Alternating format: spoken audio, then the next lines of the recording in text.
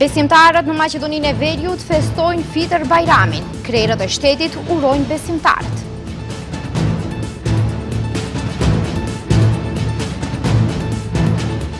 Prokuroria akuzon ish avokatin e shtetit se mori rishfet 50.000 euro për të korruptuar një gjyqtar.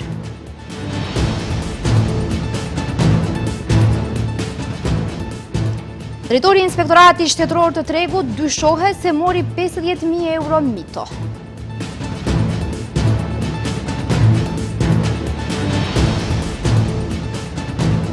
Nuk pushon lufta as në ditë feste. Irani godet Kuvajtin, Izraeli rifillon sulmet ndaj Teheranit.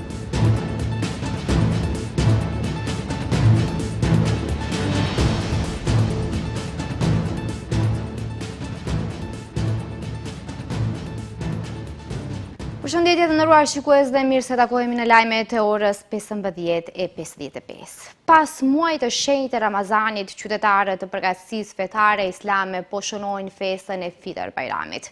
Programi qendror i kësaj festi organizuar nga Bashkësia Fetare Islame u mbajt tradicionalisht në xhamin Mustaf Pasha në Shkup. Kreu i BFI-s Shaqir Fetahu me këtë rast ka përcjell mesazhe ku ka bërë thirrje për paqe dhe tolerancë në mesin e qytetarëve, pavarësisht besimit dhe etnisë.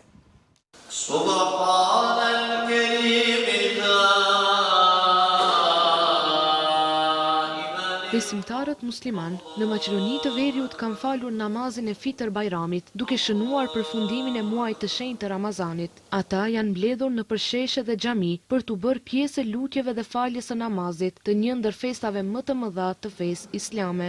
Në Maqedoninë e Veriut, programi qendror u mbajt në xhamin Mustaf Pash të Shkupit, ku për shkak të numrit të madh të besimtarëve të pranishëm, përveç hapësirës së brendshme, u mbush me besimtar edhe oborri i xhamisë. Në programin e organizuar nga ana e Bashkësisë Fetare Islame të Maqedonisë së Veriut, para namazit u kënduan ilahi në gjuhën shqipe, turke dhe boshnjake. Kreu i Bashkësisë Fetare Islame, Shaqir Fetahu, theksoi se të gjithë muslimanët e vendit dhe jashtë vendit, me thellësi të zemrës dhe kënaqësi të madhe, sot shprehin gëzimin e madh të tyre për festën.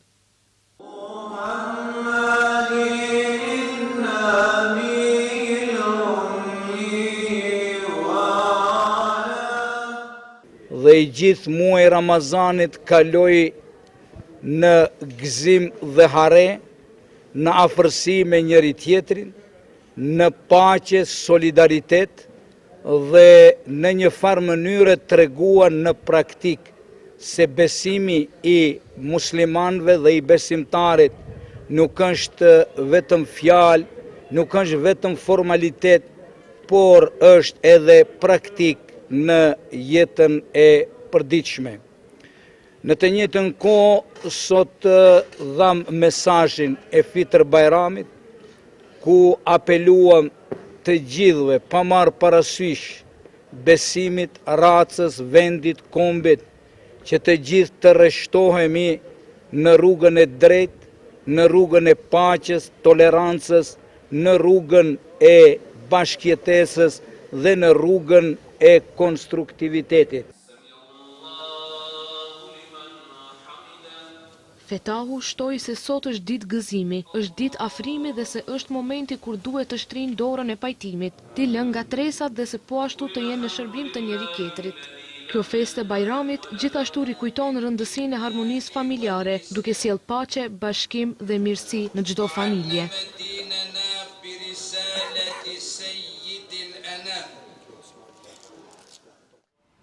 Krerët e shtetit në Maqedoninë e Veriut kanë uruar sot besimtarët musliman. Kryetari i Kuvendit Afrim Gashi në urimin e tij ka theksuar se pas ditëve të agjerimit, lutjes dhe solidaritetit, kjo festë na rikujton vlerat e përhershme të humanizmit, respektit dhe ndihmës reciproke.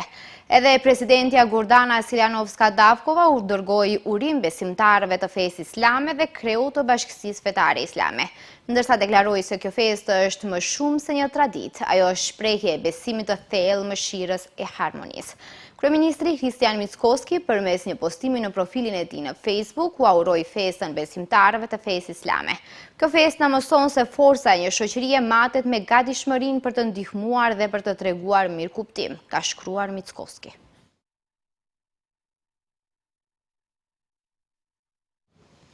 Ndërkohë besimtarët musliman janë mbledhur në përsheshe dhe xhami në kryeqytetet e vendeve të rajonit. Besimtarët në Kosovë kanë nisur kremtimin e festës së Fitër Bajramit duke shënuar përfundimin e muajit të shenjtë të Ramazanit. Manifestimi qendror për këtë festë në Kosovë mbajt në xhaminë e madhe në Prishtinë. Falja është udhëhequr nga muftiu i Kosovës Naim Ternaba, i cili me këtë rast përcolli mesazhin tradicional për besimtarët. Pas ceremonisë fetare, Bashkësia Islame e Kosovës do të organizojë pritjen tradicionale të urimeve në selinë e saj në Prishtinë. Programi qendror për faljen e namazit të Bajramit në Shqipëri është mbajtur në sheshin Skënderbej në Tiranë, me pjesëmarrjen e mijëra qytetarëve. Pjesët e programit në Tiranë ishin edhe leximi i Kuranit, ligjërata dhe hutbeja. Gjithashtu edhe në xhamitë e tjera në Tiranë dhe qytetet e tjera të Shqipërisë janë mbajtur programe për Fitër Bajramin. Besimtarë të shumtë kanë falur namazin e Bajramit edhe në Bosnjë-Hercegovinë dhe në vendet e tjera të rajonit.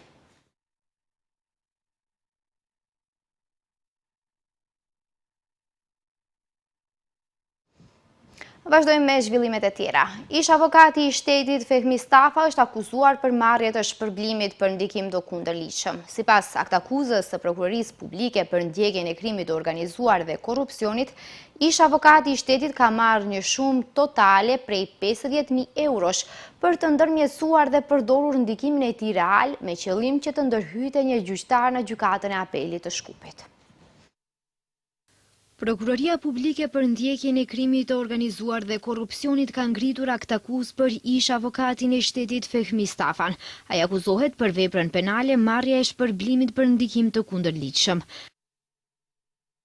Sipas aktakuzës, i pandehuri në periudhën nga tetori deri më 13 dhjetor 2025, me qëllim të përfitimit të pasurisë së paligjshme, ka marrë një shumë totale prej 50.000 eurosh për të ndërmjetësuar dhe përdorur ndikimin e tij real, me qëllim që të ndërhyjte një gjyqtar në gjykatën e apelit të Shkupit dhe nëpërmjet rishfetit të ndikojë në kryerjen e një veprimi zyrtar që nuk duhej të ishte kryer. Marrë parasysh rrethanat e pandryshuara në bazë të cilave të akuzuarit ishte zaktuar masa e paraburgimit, prokurori themelor publik propozoi vazhdimin e së njëjtës. Stafa ishte arrestuar më 13 dhjetor të vitit të kaluar, gjatë një hetimi që e nisi Prokuroria Themelore për ndjekjen e krimit të organizuar dhe korrupsionit, në ndyshimin se kishte kryer vepër penale të marrjes së shpërblimit për ndikim të kundërligjshëm. Stafa ishte arrestuar sapo kishte marrë paratë dhe paratë u gjetën dhe ju konfiskuan. Personi për të cilin Stafa duhej të ndikonte për të shfuqizuar masën e arrestit, ishte i akuzuar në rastin Zinxhiri Lupço Pecov, i njohur si Djalli, ndërsa Stafa ishte avokati i tij. Ky i fundit disa muaj më parë kishte parashtruar kërkesë për zëvendësim të masës së paraburgimit në mungesë të akuzuarit Pecov, për çka ishte ofruar edhe garancion. Disa ditë pas arrestimit të Stafës, Pecov, i cili ishte në arrati, u dorëzua para organeve të rendit dhe menjëherë u nxorr para gjykatësit të procedurës paraprake. Drejtori i Inspektoratit Shtetëror të Tregut Vasen Akijev është ndalur në ndyshimin se ka marrë mito në vlerë prej 50.000 euro. Anakijev është nënkryetari i Partisë Socialiste të Maqedonisë, partisë e cila është pjesë e koalicionit qeverisës, e cila u ka bërë thirrje institucioneve që të veprojnë sipas ligjit me përgjegjësi dhe pas selektime. Partitë politike kanë reaguar pas arrestimit të drejtorit të Inspektoratit Shtetëror të Tregut Vasen Akijev, i cili dyshohet se ka marrë mito në vlerë prej 50.000 eurosh. Anakijev është nënkryetari i Partisë Socialiste të Maqedonisë, partisë që është pjesë e koalicionit qeverisës. Nga partia e tij thonë se pritjet e tyre nga qeveria janë sundimi i ligjit dhe shteti ligjor, por edhe përgjegjësia në punën e çdo individi apo institucioni. Partia Socialiste e Maqedonisë reagon ashpër ndaj etiketimit të rasteve aktuale me akuza të rënda dhe ndaj publikimit tendencios të fotografive që shkelin dinjitetin njerëzor, për të cilat kërkohet një shpjegim përmbajtësor nga përgjegjësit. Partia Socialiste ju bën thirrje institucioneve që të veprojnë sipas ligjit me përgjegjësi dhe pas selektime. Arrestimin e drejtorit të Inspektoratit të Bujqësisë ka komentuar edhe VM Rodop Moneja. Ова е определбата на владата за борбата против криминалот. Ky është angazhimi i qeverisë për luftën kundër krimit dhe korrupsionit në vepër, secili që gabon para ligjit pa marrë parasysh a është prej LSD-s apo VMRO DPMN-s ose nga cila do parti politike, duhet të përgjigjet. Të gjithë duhet të jenë të barabartë para ligjit. Njëkohësisht e përshëndesim aksionin e MPB-s dhe kjo është porosia për të gjithë se me ligj nuk ka lojë. Ndërsa nga LSDM-ja thonë se tani është e qartë se pse nuk ka para për bujqit. Fillimisht, kjo nuk na befason. As nuk kemi pritur diçka më pak nga qeveria më e korruptuar në rajon dhe Europë. Pra, ky është edhe një skandal tjetër. Ashtu siç e dini, kemi publikuar edhe shumë të tjera, skema kriminale, rrjetet e nderësh e të ngjashme. Së dyti, kjo është dëshmi se pse nuk ka para për bujqit, pse nuk ka subvencione, pse nuk ka pagesa dhe pse ata nuk mund të presin asgjë nga institucionet e bujqësisë të konceptuara në këtë mënyrë. Vasja Anakijevu arrestua të njëjtën gjatë një aksioni policor të realizuar në koordinim mes Ministrisë së Punëve të Brendshme dhe të Prokurorisë për ndjekjen e krimit organizuar dhe korrupsionit. Anakijev është nënkryetari i Partisë Socialiste, kryetari të cilës parti është Ljub Çodimovski, zëvendës kryeministër për sistem politik. Anakijev në postin e drejtorit të Inspektoratit të Bujqësisë ishte caktuar në korrik të vitit 2024. LSDM-ja ka kritikuar prokurorin për mos reagim ndaj skandaleve korruptive që ka publikuar kohëve të fundit. Në një konferencë për media, Jon Fërshkovski nga kjo parti tha se kanë kaluar 3 muaj që kur kanë filluar publikimin e skandaleve serioze dhe incidenteve për krim dhe nuk ka pasur asnjë reagim. Ai ka shtuar se pret veprim urgjent nga kryeprokurori i ri. Partia opozitare LSDM pret nga kryeprokurori i ri që të hetojë skandalet korruptive që ka publikuar kjo parti, për të cilat pretendojnë se janë të përfshirë krerët qeveritar. Antari i bordit ekzekutiv të partisë, Jon Fërçkovski, në konferencën e sotme për media tha se kanë kaluar 3 muaj nga publikimi i skemave korruptive dhe nuk është ndërmarr asgjë, pavarësisht se ekipi antikorrupsion i LSDM-s zbuloi të gjithë rrjetin e biznesit të Hristian Mickoskit në sektorin e energjisë. Fërshkovski pretendon se oktapodi energjetik i Mickoskit ka tentakula të thella dhe të gjera.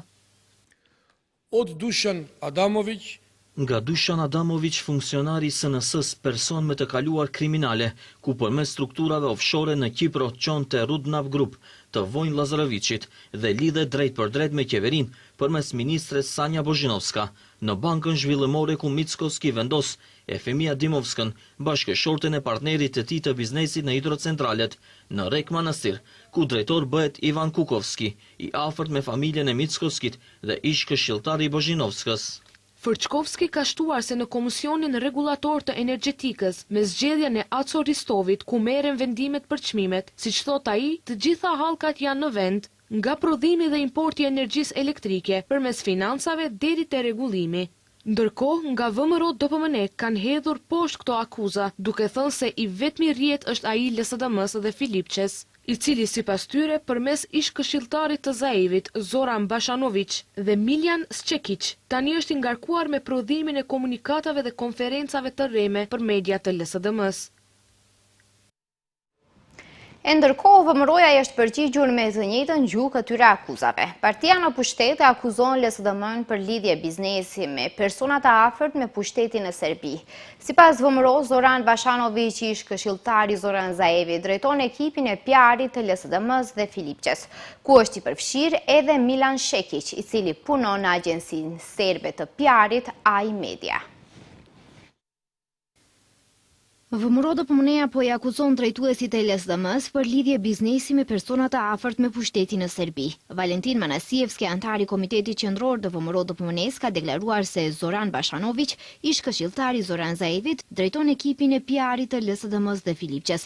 Sipas Manasievskit, vetëm pak muaj më parë, me rekomandimin e Zoran Zaevit, Venko Filipçe shkoi në Nish dhe u takua me Milan Sçekićin, një njeri që tani është përgjegjës për njoftime dhe konferenca të rreme për shtyp të LSDM-s. Станува збор за човек кој работи во српската. Ky punon në agjensinë serbe të PR-it AI Media dhe nëpërmjet Bashinovićit dhe Zoran Zaevit, atij u ofrua të punonte për SDS-n. Ish këshilltarët e Zaevit, Zoran Bashinović dhe Miljan Shekić, janë të stacionuar në hotelin Skopje Park dhe prej andej drejtojnë qendrën për gënjeshtra dhe manipulime të SDS-s. Me këtë, zbulohet e vërteta rreth deklaratave të SDS-s dhe shumë frazave dhe krahasimeve të shpeshta serbe në komunikimet e tyre. Manasievski deklaroi se pasi Zoran Zaevi bëri të mundur që Venko Filip që të bëjë udhëheqës i LSDM-s, ai bëri të mundur edhe që ai të gënjente për të. Manasievski deklaroi se në ditët në vijim të konferencave për shtyp do të bëhet e qartë pse LSDM-ja është kaq e fiksuar me parti në pushtet në Beograd dhe Serbi dhe kush Zoran Bashanović, ish këshilltari në qeverinë e Zoran Zaevit. Ministrja e Energjisë, Minierave dhe Burimeve Minerale, Sanja Bozhinovska, zhvilloi një takim pune me drejtuesen e re të Departamentit të Energjisë në Bankën Gjermane të Zhvillimit KFU për Europën dhe Kaukazin. Në takim u diskutua për projektet aktuale të energjisë si dhe thellimi i bashkëpunimit të ndërsjellë në fushën e energjisë së qëndrueshme. U diskutuan disa projekte kyçe që po zbatohen me mbështetjen e Bankës Gjermane, përfshir fazën e 2 të parkut eolik Bogdanci, si dhe projektet energjetike në Manastir. Këto investime, siç u theksua në takim, do të forcojnë pavarësinë energjetike të vendit.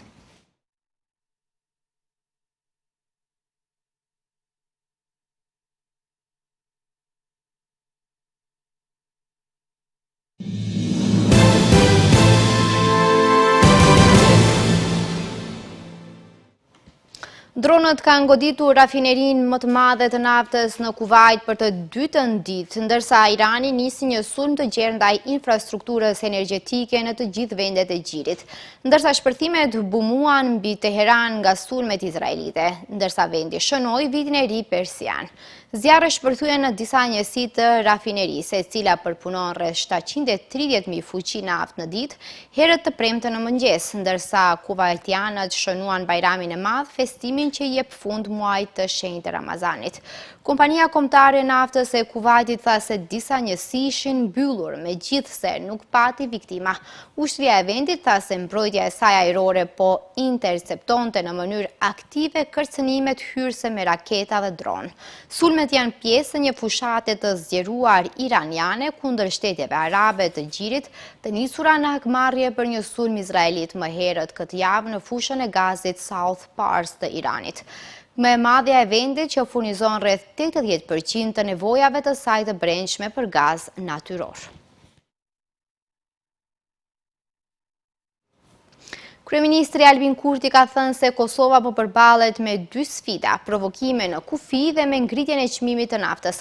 Gjatë vizitës në Bashkësinë Islame të Kosovës për Fiter Bajram, Kurti ka folur për stërvitjet ushtarake të Serbisë në kufi me Kosovën. Provokimet agresive rreth kufirit po shtohen. Përshtypja jonë është që vjen nga 2 dëshpërime të fqinjit tonë verior. I pari është që nuk ka një strukturë të brendshme. E dyta është se e kanë kuptuar se nuk mund ta mbajnë peng krejt rajonin për integrimin në Bashkimin Evropian. Pra Brukseli si kryeqyteti dyfisht i Bashkimit Evropian dhe NATO-s, po thot kush dëshiron të vijë do t'i krijohen shanset, por duhet t'i bëhet detyrat e shtëpisë. Kush nuk dëshiron të vijë, nuk mund t'i pengojë të tjerët dhe kjo i ka asaruar shumë serbët, sepse ata e kanë pas privilegjin që pa neve nuk mund të shkonin askund. Kjo është një dëshpërim i dyfisht, ka thënë ai. Albin Kurti u ndal edhe te ngritja e çmimit të naftës si pasojë e luftës në lindjen e mesme, duke thënë se ka folur me Ministrin e Financave dhe Ministrin e Tregtisë që të përgatiten sa më mirë, sepse çmimet e naftës dhe produkteve tjera po rriten.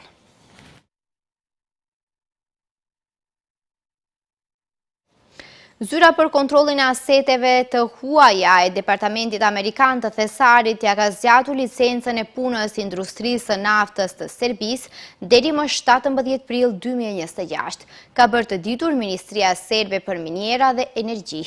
Kompania më e madhe e naftës në Serbi është goditur me sanksioneve që pjesa më e madhe e saj është nën pronësinë ruse. Synimi i sanksioneve amerikane që shënjestrojnë sektorin rus të energjisë dhe kanë prekur edhe kompaninë më të madhe të naftës në Serbi është për të parandaluar Rusin nga financimi më temi i luftës në Ukrainë. Grupi hungarez MOL ka konfirmuar më 19 janar se i kanë nënshkruar dispozitat kryesore të një marrëveshje me Gazprom Neftin e Rusisë për të blerë 56.15% të aksioneve të nisit.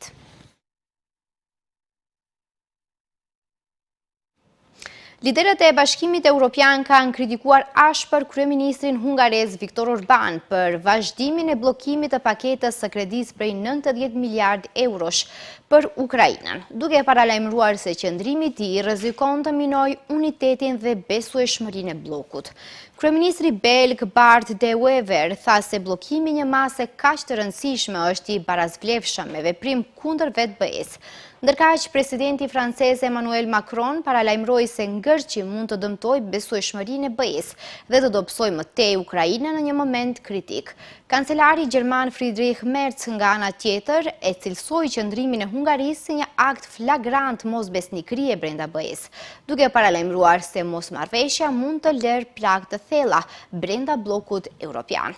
Nga ana tjetër, presidentja e Komisionit Evropian Ursula von der Leyen tha se BE-ja do të sigurojë që Ukraina të marrë fondet në një mënyrë apo në një tjetër.